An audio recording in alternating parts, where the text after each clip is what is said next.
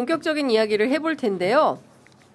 어제 재판 속 시원했습니다. 어떻게 보셨습니까? 맞아요. 속 시원했어요. 네. 그러니까 그 소위 말한 법기술자 그리고 뻔뻔하게 네. 요리조리 빠져나가고 변명으로 일관하고 단 하나의 책임을 지려는 모습을 안 보였던 네. 사람이 그동안 또 불구속되어 있지 않습니까? 맞습니다. 옛날에 구속영장에서 기각되고 해서 그랬던 사람이 어제 구형량보다 더 많이 선고를 받고 법정 구속된 것에 대해서 속이 시원했죠. 네. 게다가 제가 그때 아마 내란 직후였는데 그 법무부 장관 그러니까 박성재가 법사위에 나왔었어요. 그랬죠. 예, 오동훈 공수처장으로 나와서 당시에 공수처가 수사를 하고 있을 때여서 빨리 옆에 있는 저 내란 공범부터 빨리 구속해라라고 네. 제가 막 소리 지르고 그랬거든요. 네, 네.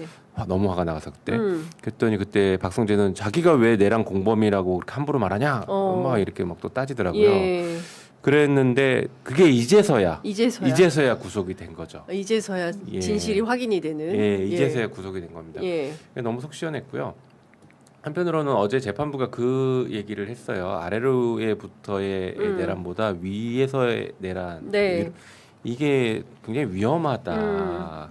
그래서 거기에 대해서 명확하게 단죄한다라는 것들을 분명히 밝혔는데 그 부분이 저는 굉장히 중요했던 요소라고 보고 있어요. 그렇군요.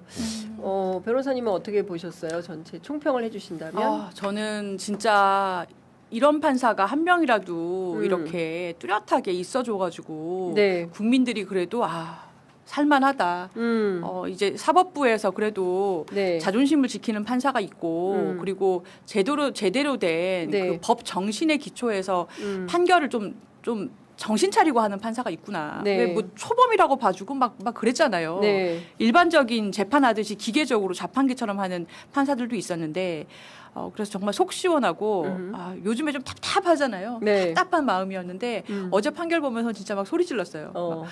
저거지 막 이러면서 이야 네. 이진관 역시 이진관이야 예. 막 이러면서 그러니까요. 네. 예. 그리고 판결 이유를 쭉 읽는데 하나하나가 맞아. 내가 저렇게 생각했는데. 맞아. 저거야, 저거. 예. 계속 너무 조목조목. 공감. 네, 왜 감형이 안 되는지. 예. 아까 말씀하신 예. 그 밑에서부터의 개헌보다 예. 위에서부터의 이 내란이 예. 더 위험하다. 예. 더 위험하고 더 성공할 가능성이 많기 때문에. 네. 예. 그리고 당신들은 이게 며칠밖에 안 됐다. 계속 윤석열이 얘기하는 게 그 그렇죠. 몇 시간 그거 해가지고 뭐 잠깐 하려다 마치 만 겁니다. 해프닝이었던 것처럼. 네, 한번 그냥 국회 한번 아이쿠 좀 일 잘못하시네요라고 한번 경고하려고 그런 거다. 경고성 계엄. 근데 이진관 판사가 그걸 박살냈잖아요. 그렇죠. 그게 아니라 이거를 당신들이 자제해가지고 경고성이 아니라 잠깐으로 끝난 게 아니라 그 당시에 목숨 걸고 군인들이 오는 거 뻔히 보면서 따다다다다다 군용 헬기 날아가는 거 보면서 네. 여의도로 몰려간 시민들하고 자제했던 군인들하고 네. 그리고 목숨 걸고 담 넘고 들어갔던 국회의원들이 막은 거 아니냐. 맞습니다. 그러니까 당신들은 하다 만 게 아니고 하다가 못한 거다. 그 얘기를 탁 짚어주니까 네. 너무 속이 시원한 거예요. 그러니까요. 그리고 저는 그 왜 맨날 가명 사유 있지 않습니까? 네, 뭐, 그렇죠. 예, 뭐 전과가 없고 공직 공직에 생활, 오래 뭐. 생활하고. 근데 네. 이것은 이진관 판사는 제한된다고 판단했어요. 맞아요. 네. 그게 되게 중요한 부분인데 그러니까 공직 생활을 오래 한 것은 국가와 사회에 그만큼 공로했다라는 것을 인정하는 멘트로 그동안 써왔는데요. 네.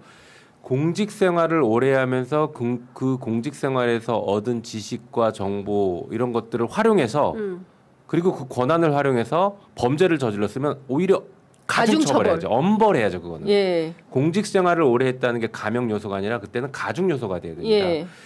그래서 이번에 이진관 판사는 그 부분을 예. 분명하게 좀 선을 그어주고 선언해 준 것 같아요. 맞습니다. 그래서 조수진 변호사님께서도 정말 이진관 판사 칭찬해 주셨는데 저는 우리 국민들이 좀 지켜줘야 된다고 그러니까요. 생각해요. 아마 이제 보수 극우 세력들이 엄청나게 공격을 할 겁니다. 이미 맞습니다. 언론도 벌써 시작한 것 같은데 예. 그런 것들에 대해서 좀 지켜줘야 된다고 생각합니다. 그렇습니다.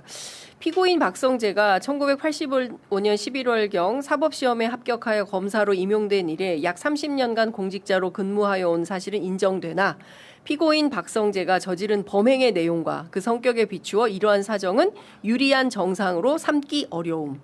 야, 사이다. 사이다. 예. 사실 공무원이 내란 가담하면 더 나쁜 거 아니에요? 맞아요. 그렇죠. 예. 근데 무슨 뭐 공직에 뭐 봉사한 점을 무슨 감형 사유로 합니까? 맞습니다. 이게 제가 형사 전문 변호사라서 아는데 네. 그냥 그게 그 저 양형위원회 표에 적혀 있는 대로 기계적으로 도입하면 맞아요. 그렇게 돼요. 네. 맞아요. 근데 기계로. 그걸 왜 감형을 평소에 다른 뭐 음주운전을 하거나 뭐 다른 명예훼손 같은 범죄에서 감형해 주는가를 보면 네. 국가에 헌신봉사했기 때문인 거잖아요.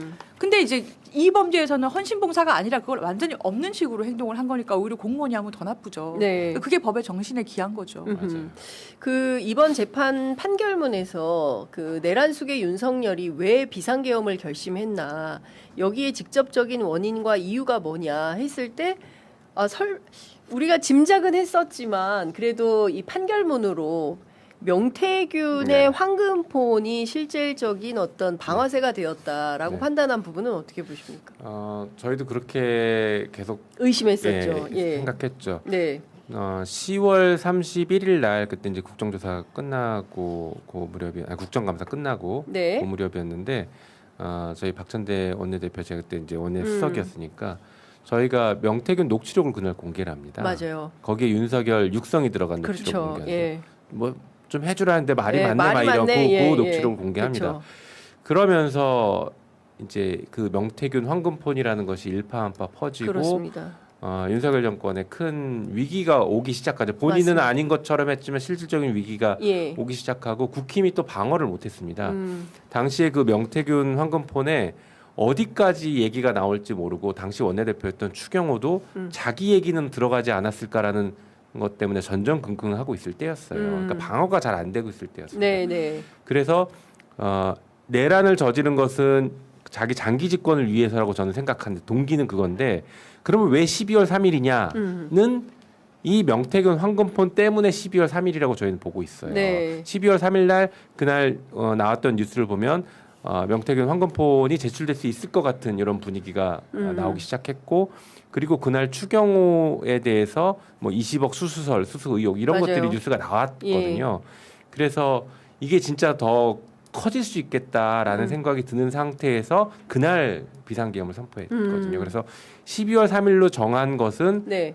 뭐 여러 가지 이제 무속적인 이유도 있을 수 있겠지만 적어도 그 합리적인 근거는 이런 이유가 있을 거다라고 저희는 예. 좀 보고 있었는데 이번 판결의 그 부분을 예. 사실상 인정해서 잘 판단한 것이다 이렇게 보고 있습니다. 저희는. 근데 결정타는 뭐 그러니까 지금 뭐 촉매제가 된 것은 명태균의 황금폰이었지만 준비한 것은 2023년부터 된 거다. 그러니까 이제 지규현 판사가 1심에서 내란 재판 1심에서 판결한 것처럼 뭐 갑자기 욱해서 2, 3일 전에 우발적으로 한 것은 아니다라는 게 이번 판결문에서 다시 한번 확인된 거 아닙니까? 맞아요. 그게 굉장히 중요한 의미가 있는데요. 그러니까 2023년부터 준비했다라는 게 그러면은 우리가 계속 1차 특검에서도 뭔가 좀 부족하고 찜찜하다. 그리고 그동안의 판결들도 선고 형량뿐만 아니라 좀 갸우뚱했던 네. 게 이렇게 국가적인 거를 그렇게 짧은 시간 내에 그냥 그렇게 즉흥적으로 했다고?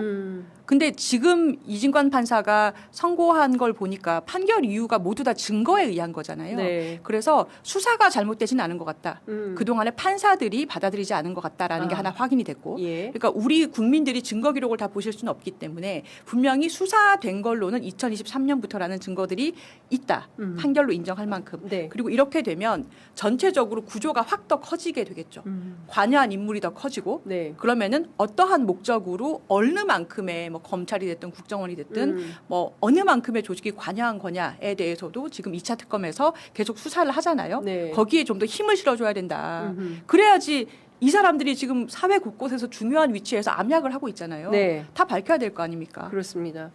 그러니까 지금 그 이번 그 한 30쪽 정도 되는 재판부의 설명 자료만 읽어보더라도 이진관 판사가 이 내란을 관통하는 범죄자들의 이력에 그 증거 관계를 쫙 증명을 해서 결국에는 이 재판이 어디까지 그 이제 귀결이 되어야 하는 약간의 로드맵 같은 것도 저는 읽혀지더라고요. 하나하나 좀 여쭤보고 싶은 것은 노상원 수첩이 계속 인정이 안 됐어요.